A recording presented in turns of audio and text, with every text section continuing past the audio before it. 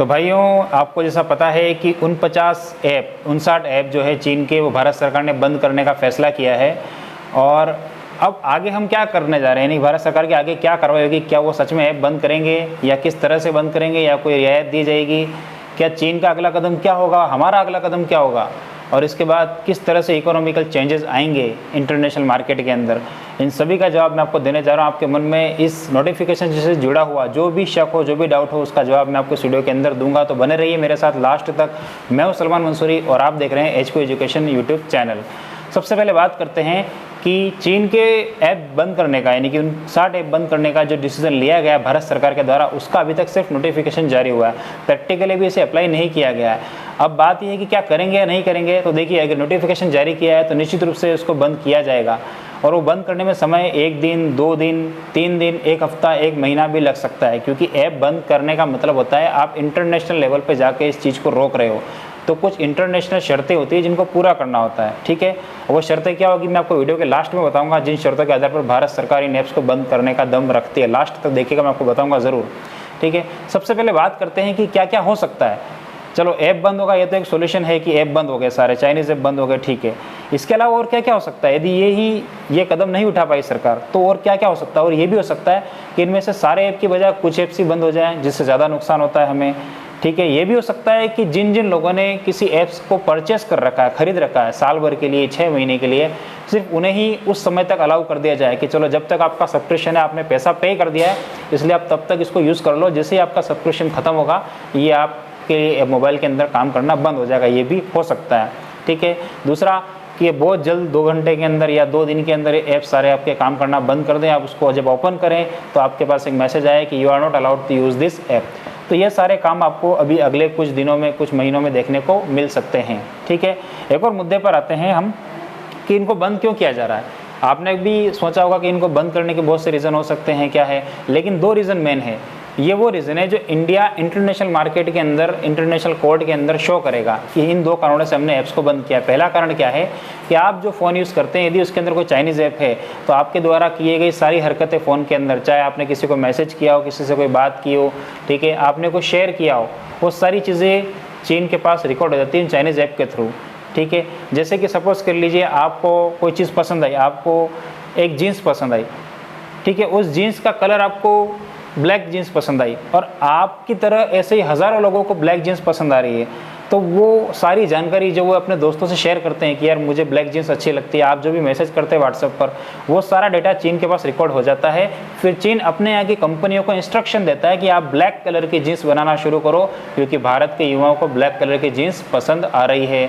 उसी तरह से कुछ भी हो सकता है। मान लो आप शर्ट पसंद करते हो, तो भारत में शर्ट का ट्रेंड चल रहा हो, तो चीन से आप देखोगे कि वो चीज़ तुरंत इंडिया में आ जाती है। यानी कि आप जिन चीज़ों को, जिन फैशन आइकन्स को फॉलो करते हो और जिन फैशन की चीज़ों का पहनना पसंद करते हो, आप देखो मार्केट में वो तुरंत अवेलेबल हो जाती है। कहाँ से आती है? मैक्सिमम चीन से आती है। क्यों? क्योंकि उनको पहले से पता होता है कि आपको क्या पसंद है, क्योंकि आपके मोबाइल में जो इनके ऐप है वो आपकी पूरी जासूसी करके सारी इन्फॉर्मेशन उनको दे रहे हैं। तो पहला फ़ायदा चीन को आपके चाइनीज़ ऐप यूज़ करने से ये हो रहा है कि आपको क्या पसंद है और क्या नहीं, आपको क्या पहनना है क्या नहीं, आपको क्या खाना है क्या नहीं खाना है, आपको क्या चाहिए क्या नहीं चाहिए, इन सब की जानकारी चीन के पास एक साथ पहुंच रही है। और इन्हीं जानकारियों को वो यूज़ करता है सोर्सेज के रूप में, और अपनी कंपनियों को इंस्ट्रक्शन देता है कि उनको क्या बनाना है और क्या नहीं, जिससे कि भारत के लोग खरीद सकें, ठीक है। दूसरा नुकसान मैं आपको बताता हूँ कि ये ऐप डिफेंस के लोगों के मोबाइल के अंदर भी होते हैं, जो जिनको बैन किया गया है, चाहे वो DRDO के लोग हो, या आर्मी के हो, या एयरफोर्स के हो।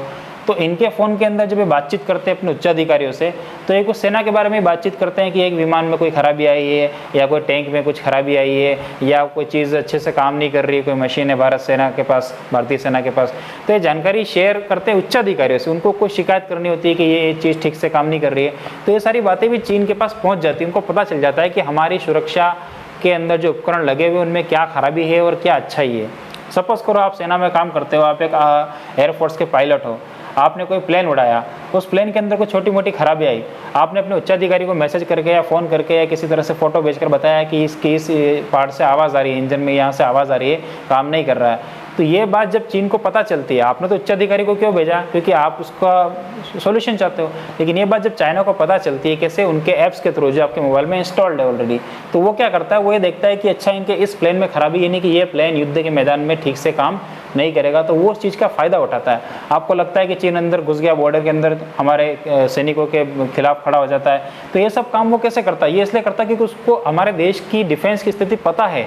कैसे पता चलती है? सारी तो नहीं, लेकिन कुछ हद तक पता चल जाती है, क्योंकि हम जो फ़ोन में चीज़ें शेयर करते हैं या किसी को बताते हैं, तो वो सारी जानकारी चीन के पास पहले से पहुंच जाती है। उसको पता है कि भारत के सैनिक कब कहाँ खड़े होते हैं, ठीक है। तो इसको रोकने के लिए ज़रूरी है कि हमारे मोबाइल में एक भी चीनी ऐप ना हो, तो हम उसकी सुरक्षा, उससे चाइना से सुरक्षा करने के लिए हम खुद को मजबूत कर सकते हैं। और दूसरी बात, चाइना के अंदर हमारा जो निजी डेटा शेयर करने वाली जो कंपनीज है, जिनको कमाई होती है, जो पूरे वर्ल्ड के साथ शेयर करती है, उनकी कमाई भी क्या हो जाएगी? बंद।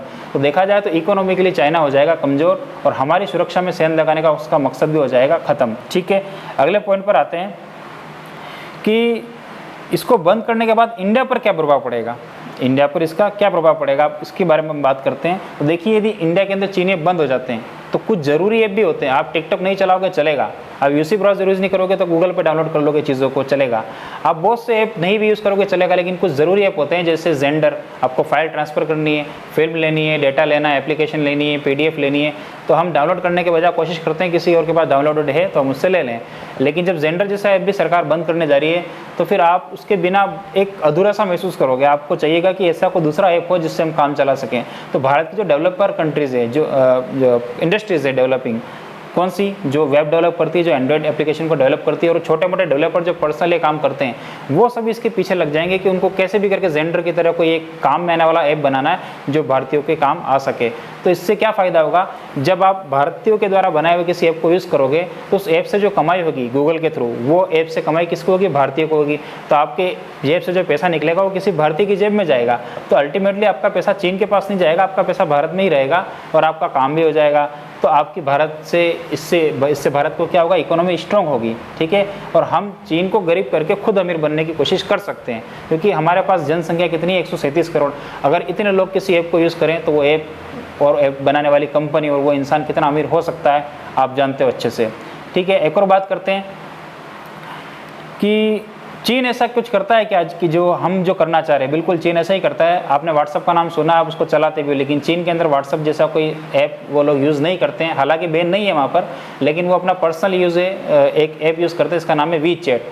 वीचैट का नाम आपने सुना होगा, शेयर करने के लिए जो काम आता है, आप लोग यूज़ नहीं करते हो, लेकिन चाइना इसको अपने पूरे कंट्रीज़ में फैला चुका है, इसी को काम में लेता है। इससे क्या होता है? चाइना के लोगों का पैसा चाइना तक ही सीमित रहता है, वो बाहर की कंट्रीज़ में नहीं जा पाता है, ठीक है। एक और सवाल आप लोगों के मन में उठ रहा होगा कि क्या इसके बाद चाइना के मोबाइल बंद हो जाएंगे? तो मैं आपको बता दूं, चाइना के मोबाइल बंद नहीं होंगे।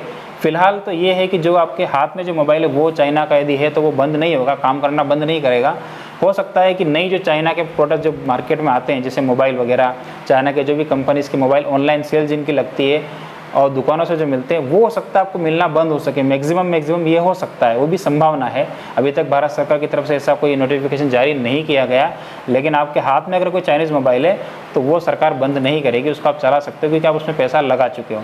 लेकिन आपको फिर भी उससे बच के रहना है, क्योंकि वो भी आपकी निजी जानकारियाँ चाइना को भेजते हैं, ठीक है। आगे हम बात करते हैं कि हमको इस चीज़ों से क्या फ़ायदा मिलेगा। हमको फ़ायदा ये मिलेगा कि जब हमारे ही लोग हमारे ही लिए ऐप बनाएंगे और हम खरीद के उनको पैसा देंगे, खरीदेंगे, तो यहीं के लोगों का पैसा यहीं रह जाएगा, यानी कि कुछ ज़्यादा फ़र्क नहीं पड़ रहा है। यहाँ हमें इकोनॉमिकली पावरफुल बनने का अच्छा सा मौका मिलेगा, ठीक है। दूसरा हमें खास फ़ायदा ये मिलेगा कि हमारे यहाँ की जो IT कंपनीज ऐप बना रही है वो अच्छे से कमाएगी तो देश को टैक्स देगी तो देश का जो टैक्स क्राइटेरिया वो बढ़ जाएगा हमारा, ठीक है। देश का रेवेन्यू बढ़ जाएगा तो इकोनॉमी के लिए हमें बहुत प्रॉफिट होगा, ठीक है। आगे बात करते हैं कि क्या एक्चुअल में जैसा सरकार बता रही है कि ऐप्स को बंद कर दिया जाएगा, क्या ऐसा होना संभव है या नहीं है, या हो भी पाएगा या नहीं। तो मैं आपको बताता हूँ कि ये इतना आसान नहीं है कि एक दिन में कोई कह दे और वो ऐप सारे बंद हो जाए, नहीं। इसके लिए आपको इंटरनेशनल रूल्स एंड रेगुलेशंस को फॉलो करना पड़ता है, क्योंकि जो भी ऐप्स है वो प्ले स्टोर पर अपलोड किए जाते हैं और प्ले स्टोर जो है वो गूगल के अंडर में आता है और गूगल से इसकी परमिशन लेनी पड़ती है कि आपको ऐप डाउनलोड करना भी हो तो, या उसे बैन करना हो तो भी। तो गूगल जो है वो अमेरिका की कंपनी, वो इंडिया की नहीं है। और गूगल को जो है वो चाइना और इंडिया से सबसे ज़्यादा कमाई होती है पूरे वर्ल्ड में, क्योंकि वर्ल्ड की आधी जनसंख्या चाइना और इंडिया की मिलकर लगभग हो जाती है। तो चाइना से जो पैसा गूगल कमाता है, यदि चाइना उस पैसों का दबाव बनाए गूगल पर कि आपको ये कमाई होनी बंद हो जाएगी, तो हो सकता है गूगल आनाकानी करे या मतभेद हो इस बात को लेकर कि ऐप्स बंद किए जाएं, ठीक है। दूसरा ये कि यदि भारत अच्छे से दबाव बनाता है किस पर, गूगल पर और प्ले स्टोर पर, कि हमारे यहाँ इतने यूज़र्स हैं और इसका हमारे देश पर नुकसान हो रहा है चाइनीज़ ऐप्स का, तो हो सकता है कि चाइना के ऐप बंद कर दिए जाएँ, ठीक है। और दूसरी बात करते हैं कि चाइना इससे बचने के लिए क्या क्या कर सकता है, कौन कौन से कदम उठा सकता है। देखिए बता रहा हूँ, चाइना ने अभी तक काफ़ी कुछ सोच लिया होगा। हमारे यहाँ कल नोटिफिकेशन जारी हुआ, लेकिन आज चाइना ने प्लानिंग पूरी कर ली कि उसको आगे क्या करना है। तो वो क्या क्या कर सकता है, पहला तो ये कि जो ऐप इंडिया बैन करने जा रहा है, चाइना उसके टर्म्स एंड कंडीशन में कुछ बदलाव करके लागू कर सकता है। बदलाव का मतलब ये है कि वो ये कह सकता है कि हम आपके निजी डेटा को चोरी नहीं करेंगे, और इस बात के लिए वो इंटरनेशनल कोर्ट में ये अपना पक्ष रख सकता है कि हम किसी प्रकार का निजी डेटा चोरी नहीं करेंगे, तो आप हमारे ऐप्स को इंडिया में चलने दीजिए, उन्हें बैन मत लगाइए। ये कदम उठा सकता है। यदि ये भी नहीं चला तो चाइना क्या करेगा, अपने ऐप्स बनवाएगा किसी दूसरी कंट्री से। दूसरी कंट्री का मतलब दक्षिण कोरिया है, साउथ कोरिया है जो उसका खास दोस्त है, ताइवान है, ठीक है, हांगकॉन्ग है। इन कंट्रीज से ऐप बनवा के वो भारत के अंदर लॉन्च करवा सकता है प्ले स्टोर के ऊपर। क्योंकि जब आप उस ऐप को चलाओगे, आप जैसे आपको जेंडर यूज़ करना है, जेंडर तो हो जाएगा बैन। उसके बाद जेंडर की तरह कोई दूसरा ऐप अगर आता है तो आप उसको यूज़ कर लेंगे। तो आपको जब पता चलेगा कि ये कोरिया का, तो आपको यूज़ करने में कोई प्रॉब्लम नहीं होगी, क्योंकि आपको तो चाइनीज़ चीज़ का बहिष्कार करना है। लेकिन आपको ये पता नहीं होगा कि उस ऐप को बनाने के पीछे इन्वेस्टमेंट किसका है, चाइना का ही है। तो चाइना ये कदम उठा सकता है कि ऐप को अपने देश में बनवाने के बजाय बाहर की कंट्रीज से बनवा के प्ले स्टोर पर अपलोड कर सकता है। क्यों, सिर्फ और सिर्फ इनकम के लिए, ठीक है। तो ये भी एक चाइना का रास्ता है। दूसरा ये कि चाइना क्या कर सकता है कि इंटरनेशनल कोर्ट यानी यूएनओ के अंदर जाके अपील कर सकता है कि भारत जो है वो उदारीकरण वाला देश है, यानी कि ग्लोबलाइजेशन वाला देश है। ग्लोबलाइजेशन का मतलब होता है कि विदेशों से आने वाला कोई भी सामान व्यापार की दृष्टि से आप रोक नहीं सकते अपने देश में, क्योंकि आपने ग्लोबलाइजेशन की संधि सन 1992 में कर रखी है।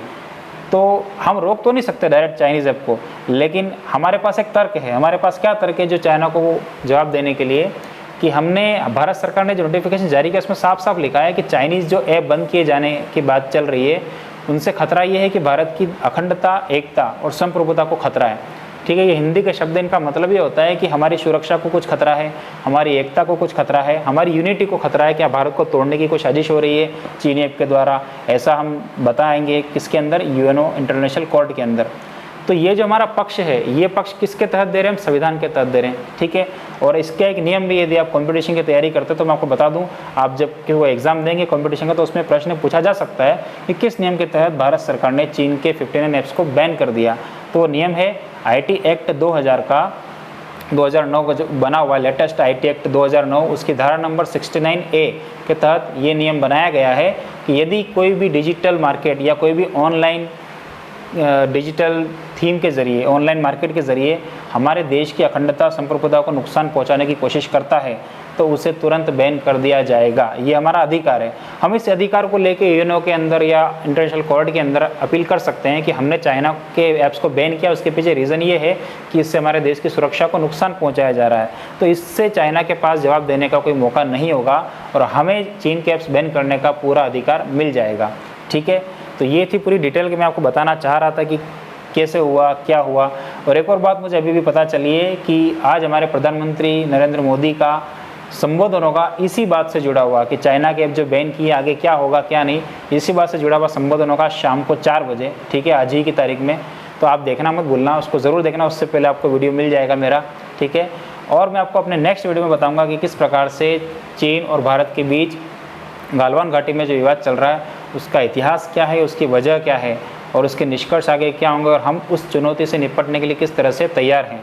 इसकी सारी जानकारी मैं आपको अपने अगले वीडियो में दूंगा। तब तक आप इस वीडियो को शेयर कीजिए ताकि लोगों को पता चले कि ये जो कदम भारत सरकार ने उठाया है इसका हमें कितना बड़ा फ़ायदा और चीन को कितना बड़ा नुकसान है, उसका कितने